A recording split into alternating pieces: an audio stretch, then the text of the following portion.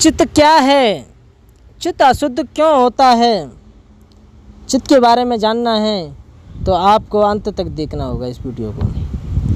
देखो, चित्त होता है जो दिखाने का काम करता है। छिप जो होती है, छिप में क्या होता है? छिप में हम कोई चीज़ भरवा लेते हैं या गाने भरवा लेते हैं तो वो दिखाने का काम करता है। इस प्रकार से जो हमारा चित्त है उसमें स्मृति है, हमारा जो भूतकाल जो बीत चुका है वो दिखाने का काम करता है, उसे चित्त कहते हैं। चित्त होता है प्रकाश, उसको जानो वो क्या है। एक और बात आपसे कहूँ कि मैं जिस विषय में आपसे बात करना चाहूँगा, जिस विषय में आपसे मैं बोल रहा हूँ, उसके बारे में प्रयास ये करो कि हम अपने जीवन में इन शब्दों को ग्रहण करें, उतारें, तभी हम इन शब्दों का अपने जीवन में आनंद ले सकते हैं। अन्यथा इन शब्दों को सुनने से कुछ नहीं होगा।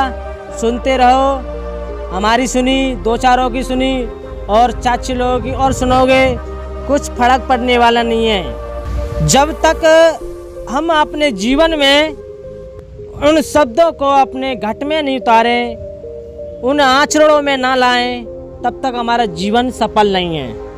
मैंने बहुत से विद्वान लोग देखे हैं जो बहुत बड़ी बड़ी बातें करते हैं, ये करो वो करो, क्रोध को जीतो, लोभ को जीतो, मोह को जीतो, अहंकार को अपने अंदर से निकालो, लेकिन उन्हें सब हटाने के लिए हमारे पास कोई सामग्री तो होनी चाहिए, कोई औपचारिकता होनी चाहिए, आचरण होनी चाहिए जो उन चीज़ों को हम हटा सकें अपने अंदर से। हैं? हम स्वयं अपने जीवन में उन शब्दों को आचरण में ना लाएंगे, अपने कर्मों में ना लाएंगे, उन चीज़ों का हमें अनुभव कैसे होगा? वास्तविक जिसने अपने जीवन में अनुभव किया है, उन शब्दों को अपने जीवन में उतारा है, वही तो श्रेष्ठ है। वास्तविक वही सबसे बड़ा वक्ता है जिसने अपने जीवन में उतारा है उन शब्दों को। शास्त्रों का ज्ञान तो बहुत लोगों ने किया है और कर रहे हैं, लेकिन कुछ शब्दों को पढ़कर जिसने अपने जीवन में उतारा है, सफलताएं हासिल प्राप्त की हैं, वही तो जीवन सफल है उसका। अब बात करते हैं कि चित्त अशुद्ध क्यों होता है। चित्त के बारे में जानेंगे और इस चित्त को अशुद्ध क्यों होता है, इसको जानने के लिए आपको वीडियो अंत तक देखनी होगी, जब भी आपको समझ में आएगा। वीडियो का अगर थोड़ा बीच में अगर आपने छोड़ दिया, आपकी समझ में नहीं आएगी कि चित्त क्या है, चित्त अशुद्ध क्यों होता है। ये सारा जितना भी खेल जो शरीर का है वो चित्त पे आधारित है। जो कहते नहीं है कि ये बंदा बहुत बिगड़ा हुआ है, इसने अपने जीवन में कुछ तरक्की नहीं की है, ये तो असफल रहा है, और वो देखो वो कितना आगे चला गया, उसने अपने जीवन में सफलता हासिल की है। ये सब सारी जितने भी चीज़ें हैं चित्त पे आधारित हैं। जिसने अपने चित्त को शुद्ध कर लिया उसका जीवन सफल है, वो सफलताओं पर विजय प्राप्त कर सकता है। और जिसने अपने चित्त को अशुद्ध बना रखा है, उसने अपनी सफलताओं को कहीं पीछे छोड़ दिया है, वो आगे नहीं बढ़ सकता। मेरा कहने का मतलब ये है कि चित्त को शुद्ध करना होगा। वो चित्त कैसे शुद्ध होगा, आइए इसके बारे में जानें। जो हो चुका है उसकी स्मृति और जो नहीं है उसके चिंतन से चित्त अशुद्ध होता है। स्मृति का मतलब भूतकाल, जो पहले हो चुका है, हमारे साथ क्या क्या हो चुका है, हम इतने बड़े हुए हैं, हम पहले कौन थे, हमारे साथ कितनी घटनाएं हो चुकी हैं, उन चीज़ों का हमारे चित्त में स्मृति बनी रहती है। उस स्मृतियों से हम अपने जीवन में देखते हैं कि आखिर हमने कितना वास्तविक अनुभव अपने जीवन में किया है। वही वास्तविक जीवन श्रेष्ठ है जो अपने जीवन में अनुभव कर रहे हैं। उन परिस्थितियों से गुजरें, उस घटनाओं से गुजरें, उस चीज़ों का स्मरण हो कि आगे हमें ऐसा नहीं करना चाहिए, जो आगे हमारे साथ ऐसा हो चुका है, उनका स्मरण होना चाहिए। जो स्मरण नहीं रखते हैं वो आगे चल के धोखा खाते हैं। इस बात को बड़ा ध्यान से सुनना है। देखो, एक बात और है, बड़ी सूक्ष्म है, गहराई की बात है, उसे थोड़ा ना समझ के चलना है। मन को अपने शांत कर मन में कोई इधर उधर की बातें नहीं आनी चाहिए। मैं जो बोल रहा हूँ उन शब्दों पे ध्यान दो। जो हो चुका है वह प्रसंग, वह परिस्थिति, वह वस्तु अब उस रूप में नहीं रही, केवल हमारी स्मृतियों में बची है। जैसे कि बचपन हो चुका है, बचपन हमारा बीत चुका है, हमने पहले कहीं पुण्य कर चुके हैं और पाप भी बहुत कर चुके हैं। हम पहले काफ़ी दुखी हो चुके हैं, हम पर बहुत परेशानियां पहले आ चुकी हैं, उन परिस्थितियों से हम गुजरे हैं। और देखो एक और बात और कहता हूँ कि जैसे कि सास बहू का जो झगड़ा होता है ना, झगड़ा करते समय उसका चेहरा कैसा बन जाता है, आपने देखा होगा है? लेकिन 2 घंटे बाद, 4 घंटे बाद या 2-4 दिन बाद वो चेहरा पहले जैसा नहीं रहेगा जो झगड़ा करते समय था, है? वह आवेश नहीं रहेगा। अब केवल उसकी स्मृति है कि हाँ 4 दिन पहले झगड़ा हुआ था, उसने किस बात पे झगड़ा किया था, है? अब स्मृति को अगर मान्यता दें, स्वीकृति दें, तो चेहरा फिर वैसा ही होने लगेगा। जिस बात पर हाँ किसी ने हमसे झगड़ा किया था या किसी बात पर हमने उससे झगड़ा किया था, उसी बात को फिर उसके सामने कहने लगे तो फिर वही चीज़ होने लगेगी जो 4 दिन पहले घटित हुई थी, है? फिर चेहरा वैसा ही होने लगेगा। स्मृति को मान्यता नहीं देते हैं तो उस घटना का प्रभाव नहीं रहता है, अगर उस स्मृति को मान्यता न दें। हर घटना की लकीरें चित्त में खिंचती हैं। जैसे किसी खाली कैसेट में तुम फिल्म का गाना भरो, चाहे हरी भजन भरो, लेकिन उसमें लकीरें पड़ेंगी। वह कैसेट पहले जैसे साफ और कोरा नहीं रह सकती।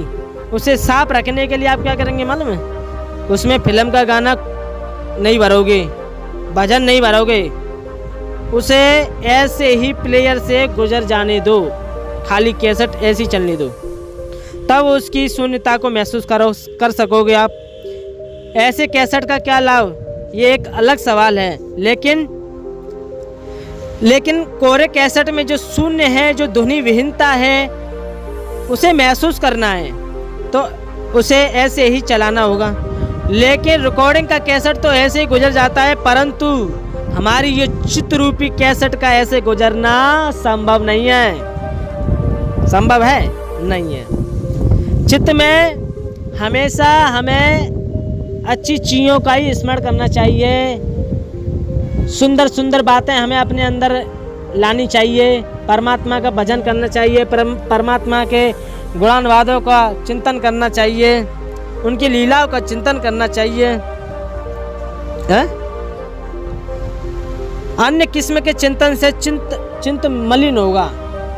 परमात्मा का भजन नहीं करते, परमात्मा में मन नहीं लगता, संसार के जो विकार हैं, वृत्तियां हैं, उनमें मन लगता है, दूसरे से बात करने में, इधर उधर की बात करने में बड़ा अच्छा लगता है, उससे हमारा जो चित्त है वो अशुद्ध होता है। अगर हमें चित्त को शुद्ध करना है, आत्मचिंतन से ही वो शुद्ध हो सकता है और किसी से नहीं। आत्मचिंतन माने अपने अंदर की जो दुनिया है, जो आत्मा है, उस आत्मा में हमें अपने आप को रमड़ना होगा।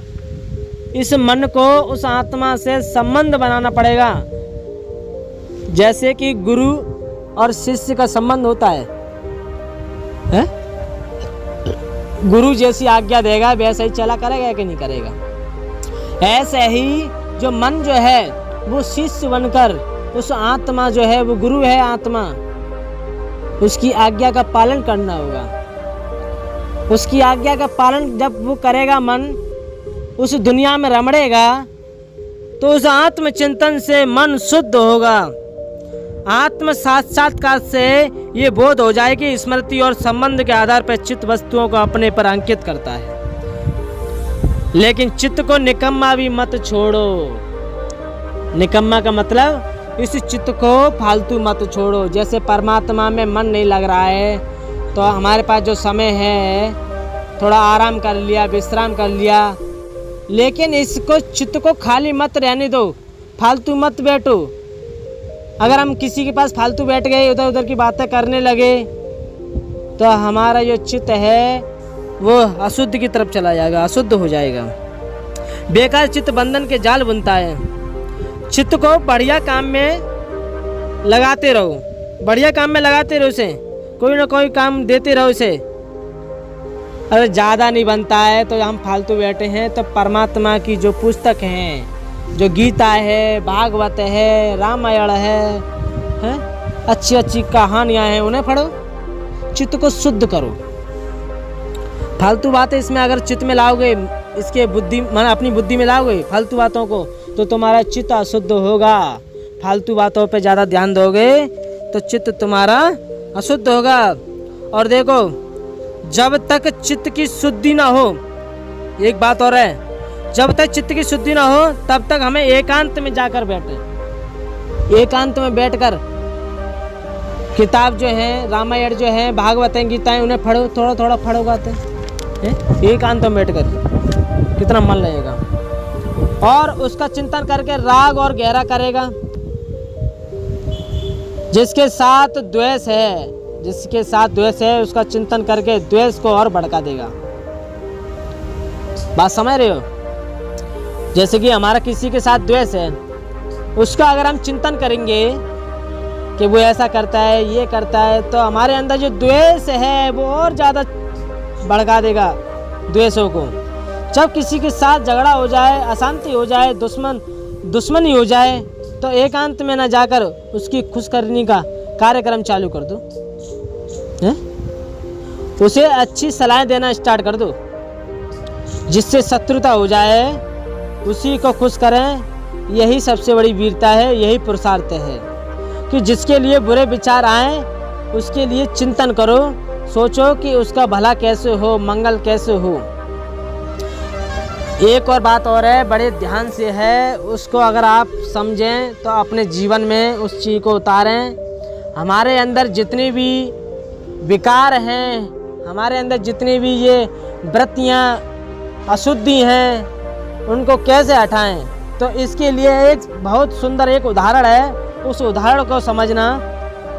वो इस प्रकार है कि जैसे कि हम चलते चलते पैर में कांटा घुस गया है,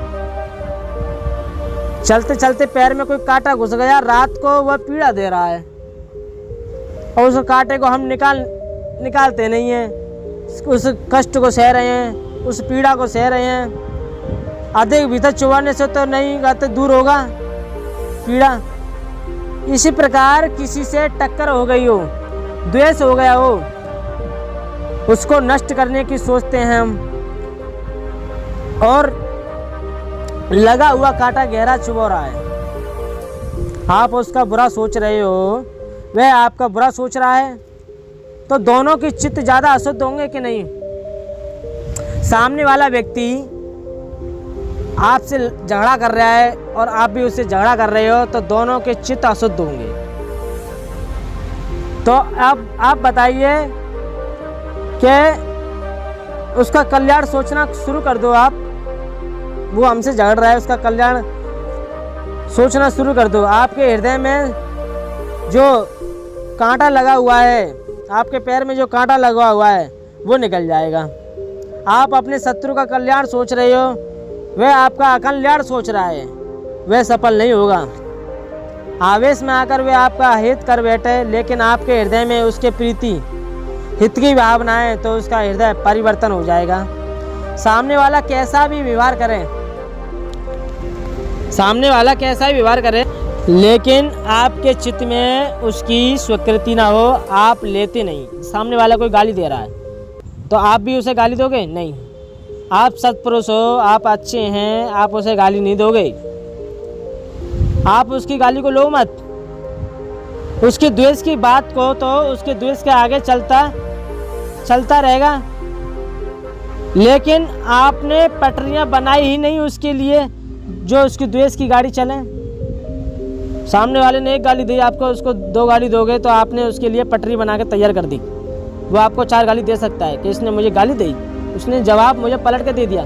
सामने वाला कह रहा है तो उससे आराम से शांति से बात करो। सामने वाला ये देखेगा जब मुझसे शांति से बात कर रहा है तो वो ज़्यादा भड़केगा नहीं, वो भी शांत होने की कोशिश करेगा कि सामने वाला जगह गर्म नहीं हो रहा, मैं गर्म हो रहा हूँ। सामने वाला गर्म हो रहा है और आप भी गर्म हो रहे हो, तो सोच लो वहाँ विवाद ज़्यादा बढ़ेगा। आप विद्वान नहीं हो। विद्वान वही है जो शांति की बात करे। कोई आदमी किसी के लिए फरियाद करता है या किसी से दुखी होता है तो ये उसकी अपनी कमजोरी है, सामने वाले का दोष नहीं है। सामने वाला है हमसे द्वेष मानता है, दुखी होता है, हमारे सुखों को देखकर दुखी हो रहा है, ये उसकी एक अपनी कमजोरी है, सामने वाले का तो दोष नहीं है। सामने वाले की जैसी बुद्धि है वैसा ही आचरण करेगा। जब तक अपनी कमजोरी रहेगी तब तक परेशान करने वाले लोग कहीं ना कहीं आपको मिल ही जाएंगे। अतः हमें स्वयं को ठीक करना है। हमारे चित्त में जो व्यर्थ चिंतन होता है वही हानिकारक है, समझ रहे हो। और दुख मिटाने का अपने को ठीक करने के सिवाय और कोई उपाय नहीं है। बात आपकी समझ में आई? दुख मिटाने का अपने को ठीक करने के सिवाय और कोई उपाय नहीं है। अपने तरफ सोचो, हमें अपने आप को सुधारना है, सामने वाले को मत सुधारो। सामने वाला स्वयं हमारे आचरणों को देखकर वो स्वयं अपने आप में बदलने की कोशिश करेगा। हम अपने आप को सुधारें। एक कबीरदास ने कहा है, बुरा देखन को मैं चला बुरा ना मिलिया कोई, जो खोजे आपने सो मुझसे बुरा ना कोई। सामने वाले के अंदर हम कमियां देखना स्टार्ट कर देते हैं, लेकिन हम अपनी तरफ नहीं देखते कि हमारे अंदर क्या कमी है। जिस व्यक्ति ने अपने अंदर कमियां देखना शुरू कर दिया उसका जीवन सफल है, वो आगे बढ़ जाएगा जीवन से। और लेकिन जिसने अपने अंदर कमियां देखना शुरू नहीं किया, सामने वाले के अंदर कमियां देखता रहेगा, वो समय से बहुत पीछे चला जाएगा। उसका जीवन जो है वो एक नरक की तरह बना पड़ेगा। तो हमें अपने आप को सुधारना है, ना कि दुनिया को। तुम तरक्की करो, सामने वाला देख के तुम्हें तरक्की करेगा। जलेगा, कब तक जलेगा? जिस दिन उसे समझ आएगी वो अपने आप को बदल सकेगा तुम्हें देखकर। इसीलिए अपने आप को बदलो। मैं अपने आप को बदलने की कोशिश कर रहा हूँ। मेरे अंदर जो विकार हैं, मेरे अंदर जो वृत्तियाँ हैं, जब तक मैं अपने आप को नहीं सुधारूंगा मेरे जीवन में परिवर्तन नहीं आ सकता है। और मैं अपने आप को जिस दिन से सुधारने लगा मेरे जीवन में परिवर्तन आने लगेगा, ये बात 100% है। इसीलिए अपने जीवन में सफलताएं पानी है, कुछ उद्देश्यों को पूर्ण करना है। जो आपने अपने उद्देश्य बना रखे हैं उन्हें पूर्ण करने के लिए अपने अंदर सहनशीलता, अपनी कमियों को दूर करना होगा, ना कि सामने वालों की कमियों को दूर करें। तो मैं आशा करता हूँ आपसे ये हमारी वीडियो आपको अच्छी लगी होगी, तो लाइक करें, शेयर करें और सब्सक्राइब करना ना भूलें। और हमारी वीडियो ऐसे ही आपको मिलती रहेंगी। और जो कुछ आपको कमेंट में लिखना है वो लिख दीजिएगा, आपको अगली वीडियो में मिल जाएगा।